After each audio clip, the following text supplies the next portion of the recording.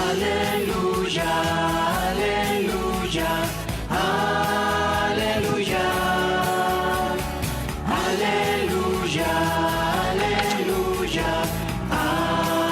aleluya.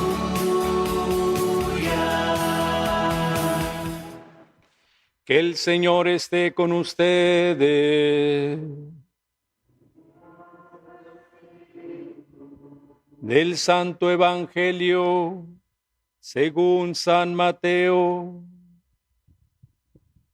Gloria a ti, Señor.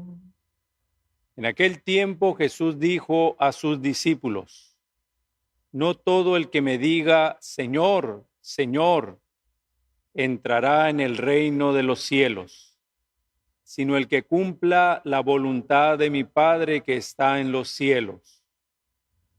Aquel día muchos me dirán: Señor, Señor, ¿no hemos hablado y arrojado demonios en tu nombre, y no hemos hecho en tu nombre muchos milagros? Entonces yo les diré en su cara: nunca los he conocido. Aléjense de mí, ustedes los que han hecho el mal. El que escucha estas palabras mías y las pone en práctica, se parece a un hombre prudente que edificó su casa sobre roca.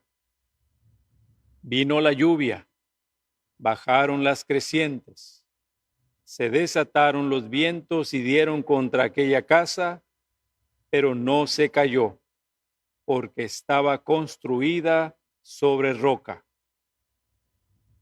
El que escucha estas palabras mías y no las pone en práctica, se parece a un hombre imprudente que edificó su casa sobre arena. Vino la lluvia, bajaron las crecientes, se desataron los vientos, dieron contra aquella casa y la arrasaron completamente.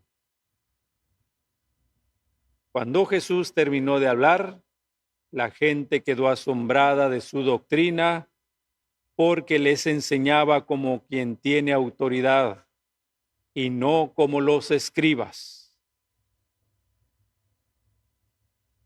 Palabra del Señor. Gloria a ti, Señor Jesús.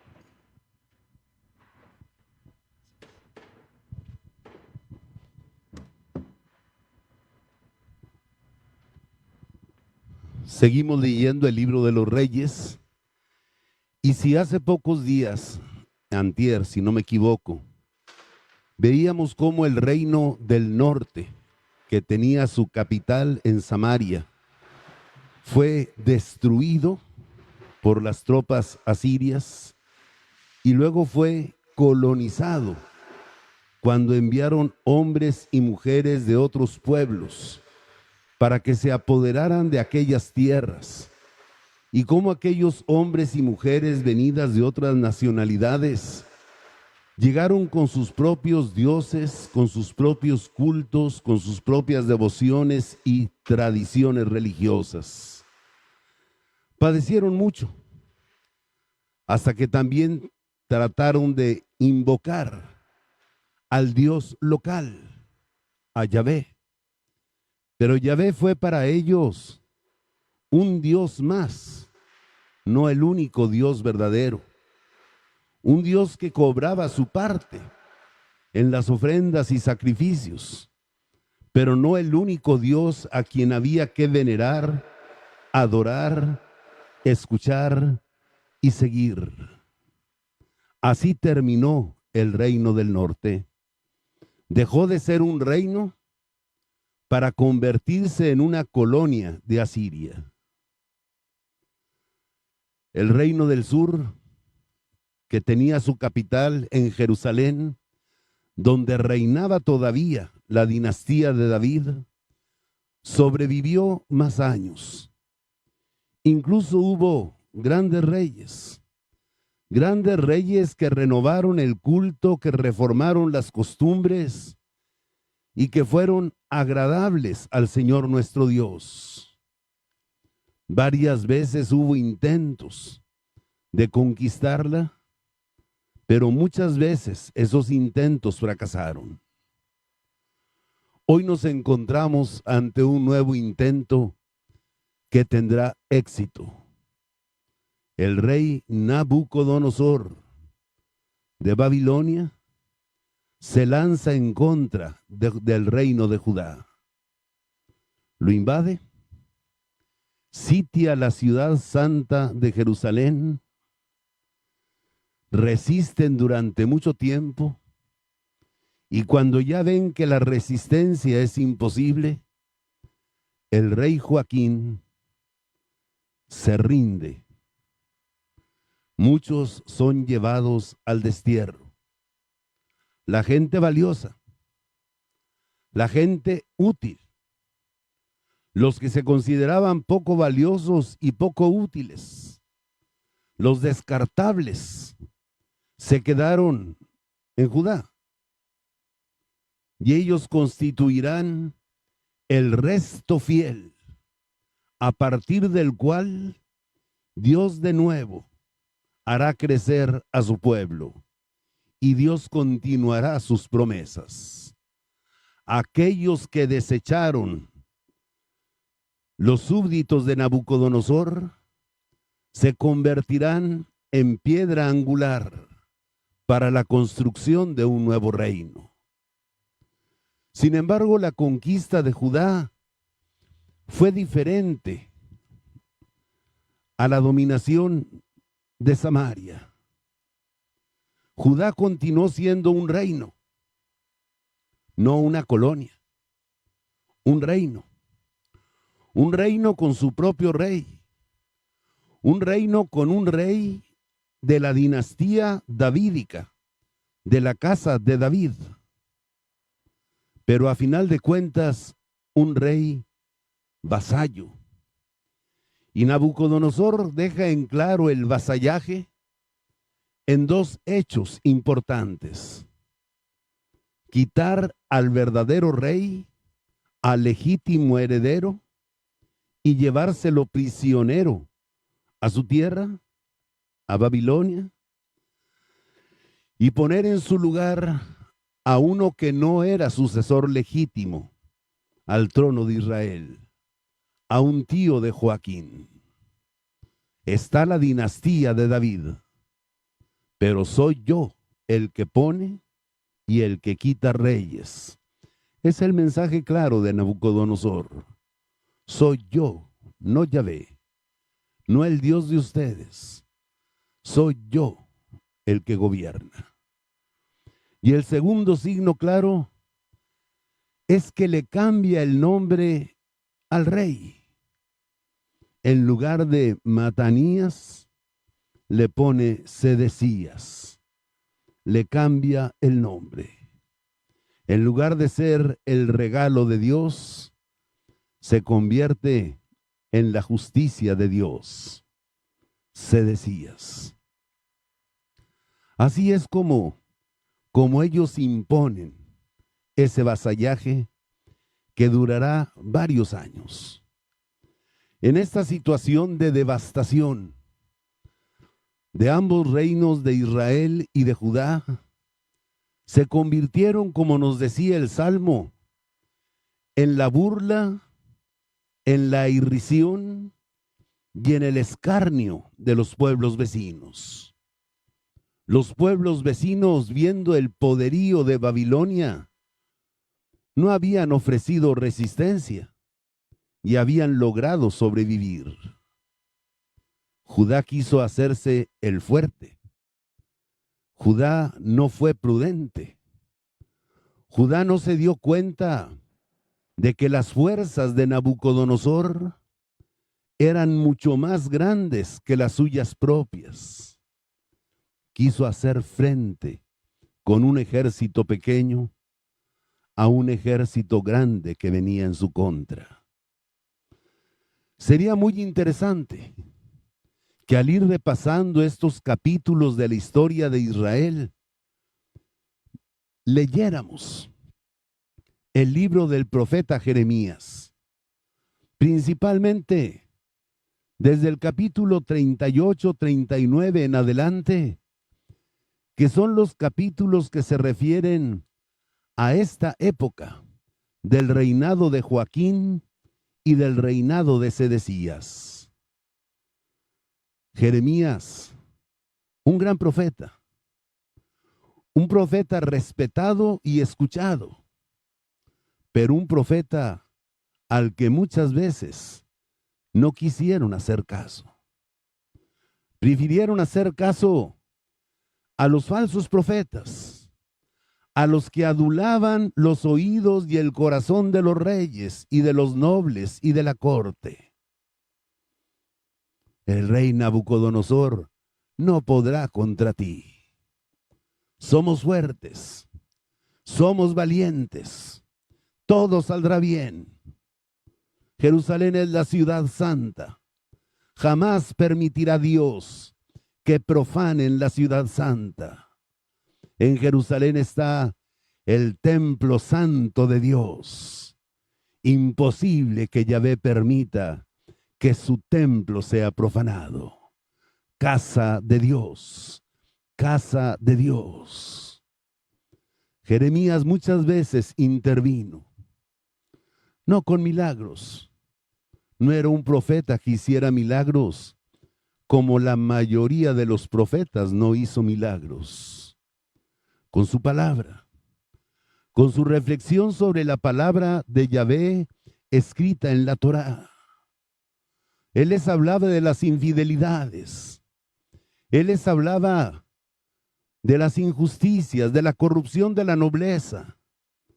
Él les hablaba de la desigualdad y del hambre del pueblo.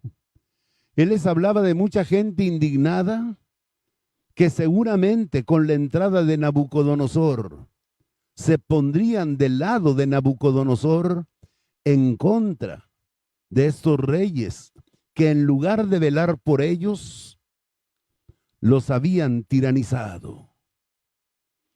Muchos años estuvo Jeremías en la cárcel. Mucho tiempo estuvo soportando amenazas de muerte. Mucho tiempo sintió que espiaban sus pasos para hacerlo caer en una trampa. Y Jeremías se mantuvo fiel, con gran dolor, con gran tristeza, con gran indignación, con la que muchas veces reza, como lo podremos leer en el libro de las Lamentaciones. No hicieron caso al verdadero profeta que hablaba con el mismo sentido común con que Jesús hablará. Un día Jesús a sus discípulos les dice que el hombre prudente, antes de ponerse a construir una torre monumental que todos pudieran admirar y decir, esta es la obra de fulano de tal, se pone a calcular cuánto dinero tengo,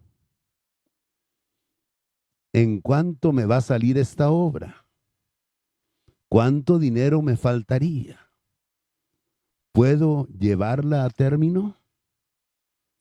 ¿O la voy a dejar a medias y me voy a convertir en la burla de la gente de este pueblo?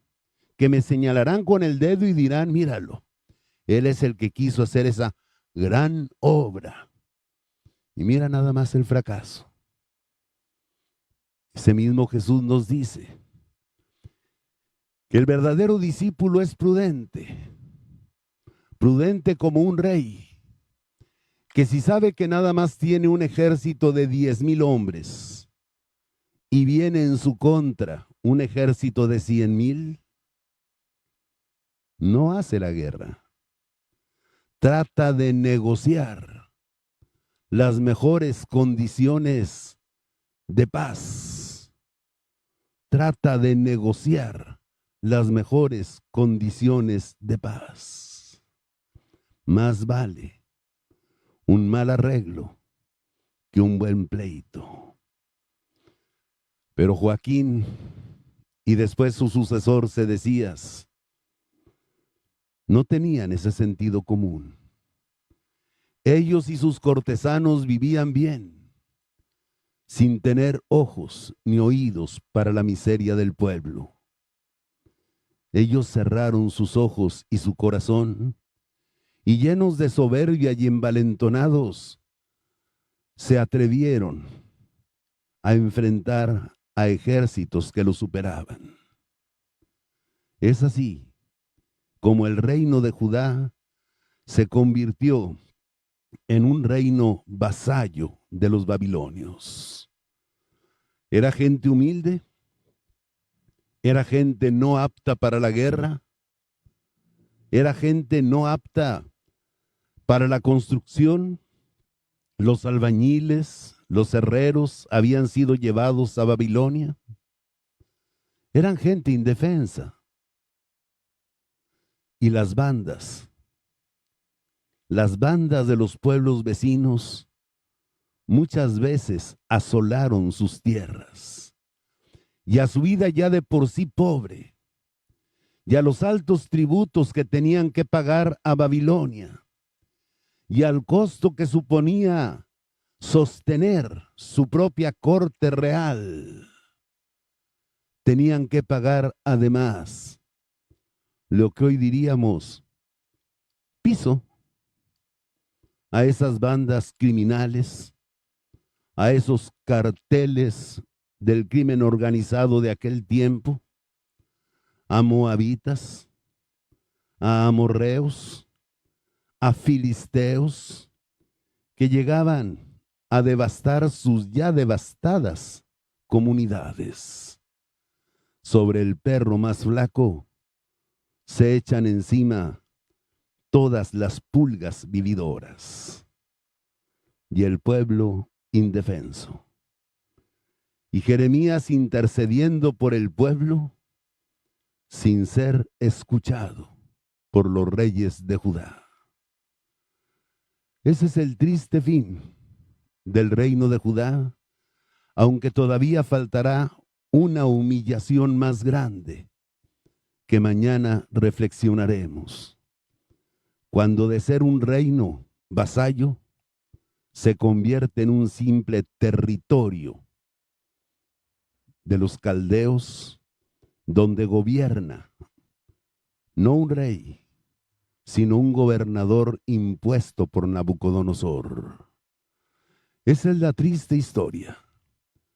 Y esa es la triste historia que también a nosotros como iglesia nos tiene que hacer reflexionar en nuestra fidelidad a la alianza con Dios, que nos tiene que hacer reflexionar en nuestra fidelidad al amor de nuestro Dios y a las leyes que en su sabiduría y amor Él quiso dejarnos. Un reino se derrumba desde dentro.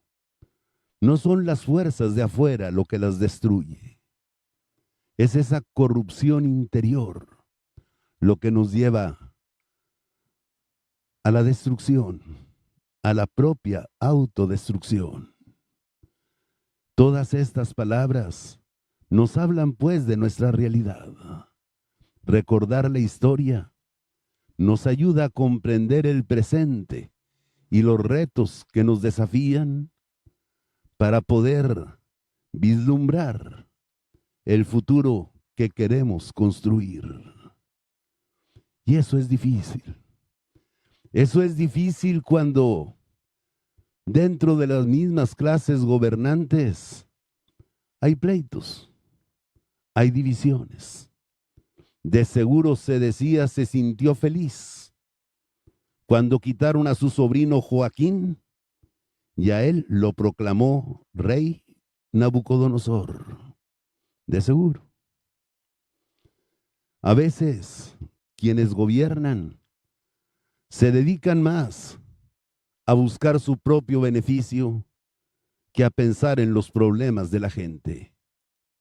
Hoy nuevamente vemos problemas en nuestro Congreso local y nos duele que riñas de poder y de rapiña, que ambiciones electorales en un clima en el que el próximo año tendremos elecciones, hagan que se desvíe la atención de los problemas reales para centrarlos en sus propios intereses. Un reino se destruye desde dentro, desde la corrupción de su propio corazón. En el Santo Evangelio de hoy hemos escuchado también la palabra de Jesús. Pero hoy quisiera empezar la reflexión sobre el Evangelio que escuchamos a partir de los últimos versículos con los que acaba el Sermón de la Montaña y después pasar a este texto final que Jesús ha dicho. Las palabras finales nos dicen que cuando Jesús terminó de hablar, la gente estaba admirada. La gente estaba fascinada con lo que había oído. Y se decían los unos a los otros, este hombre habla con autoridad. Este hombre no habla como los escribas. Este hombre habla con autoridad. La autoridad de los escribas estaba fundada en el estudio de las Escrituras Santas. Se las sabían de memoria. La autoridad de Jesús no está fundada en el estudio, en un título escolar, en un título académico. Jesús habla con autoridad porque tiene el valor de decir lo que piensa. Porque tiene el valor de decir lo que piensa. Los escribas citaban a los escribas anteriores a ellos. Este pasaje así lo interpretaba Gilel. Este pasaje así lo interpretaba fulano.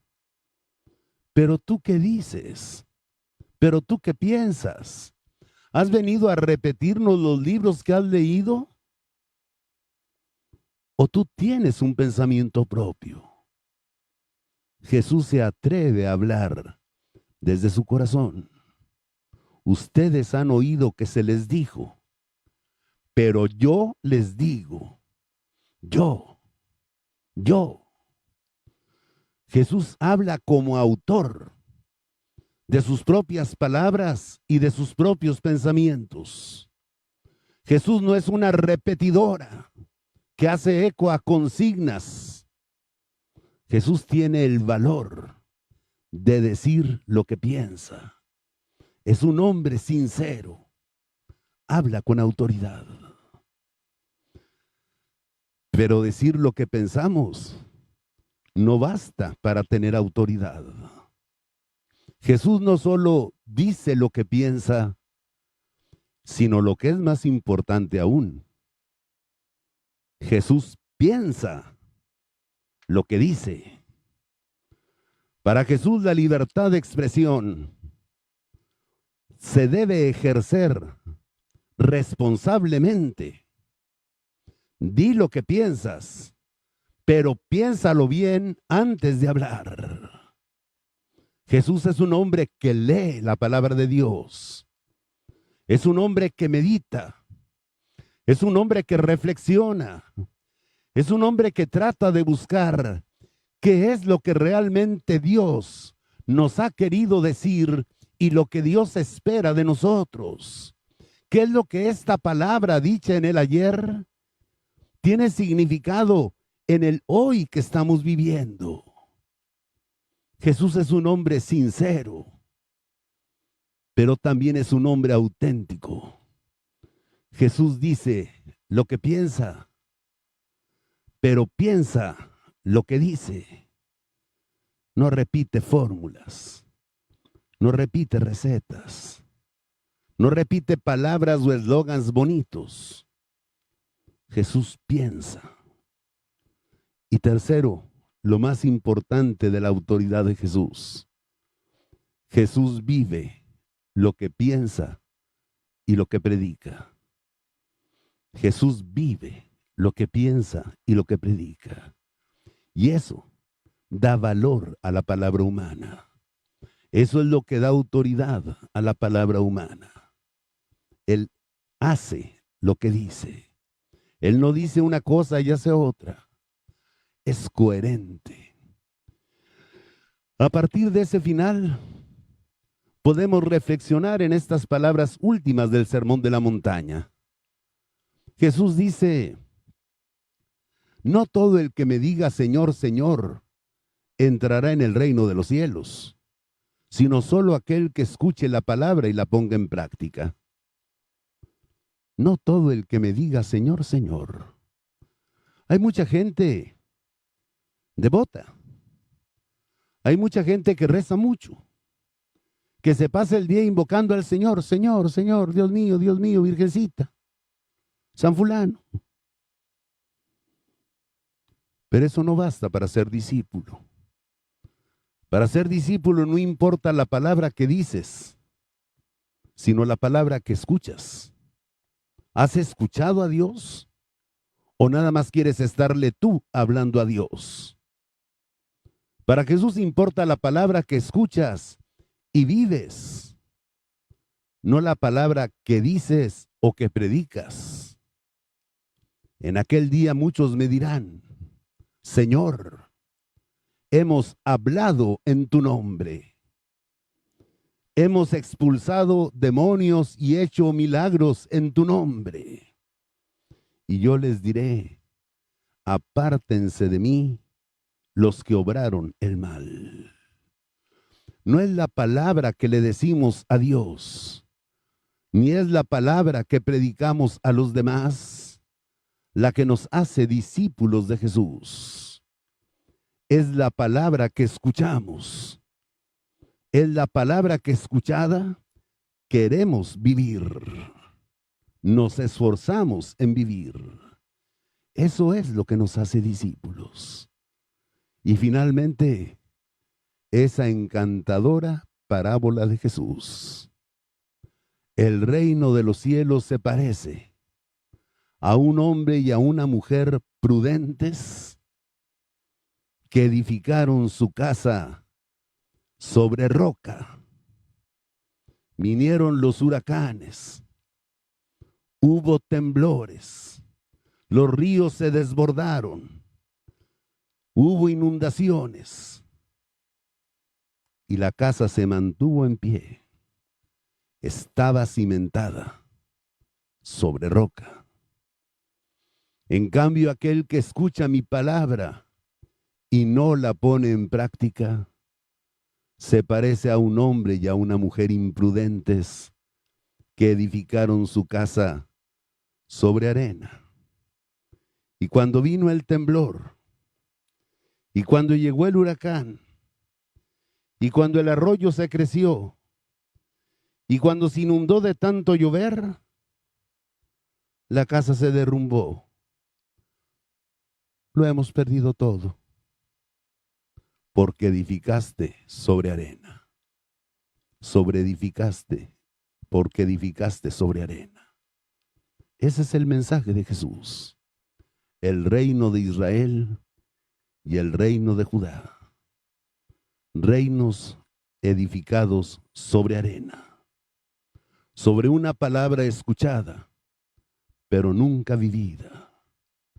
Matrimonios destruidos, edificados sobre arena y no sobre roca.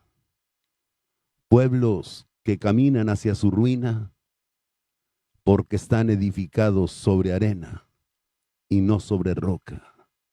Palabras escuchadas, pero nunca vividas. Cristianos incoherentes que rezamos, que proclamamos nuestra fe, pero que no la vivimos. No los conozco. Aléjense de mí los que obraron el mal. Que el Señor nos conceda la conversión del corazón, para que escuchando su palabra la pongamos por obra y construyamos nuestra vida, nuestra familia, nuestro pueblo, nuestra parroquia, sobre el cimiento sólido de la palabra de Dios, escuchada y vivida.